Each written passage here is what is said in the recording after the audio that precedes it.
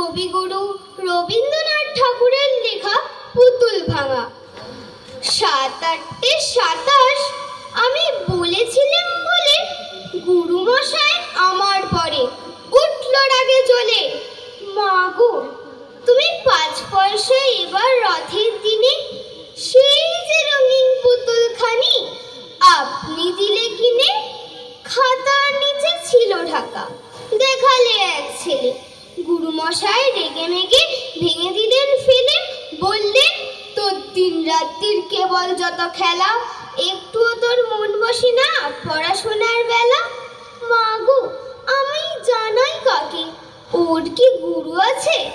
আমি দাদি নালিশ করি এক্ষুনি তার কাছে। কোন রকম খেলার পুতুল নেই কি মা ওর ঘরে? সত্যি কি ওর একটু মন নেই পুতুলের পরে? সকাল সাজে তাদের নিয়ে করতে গিয়ে খেলা, কোনো পড়াই করেননি কি কোন রকম হেলা? ওর যদি সেই পুতুল নিয়ে ভাঙেন কেহ রাগে, বল দেখি মা ওর মনে তা কেমন তর লাগে। নমস্কার।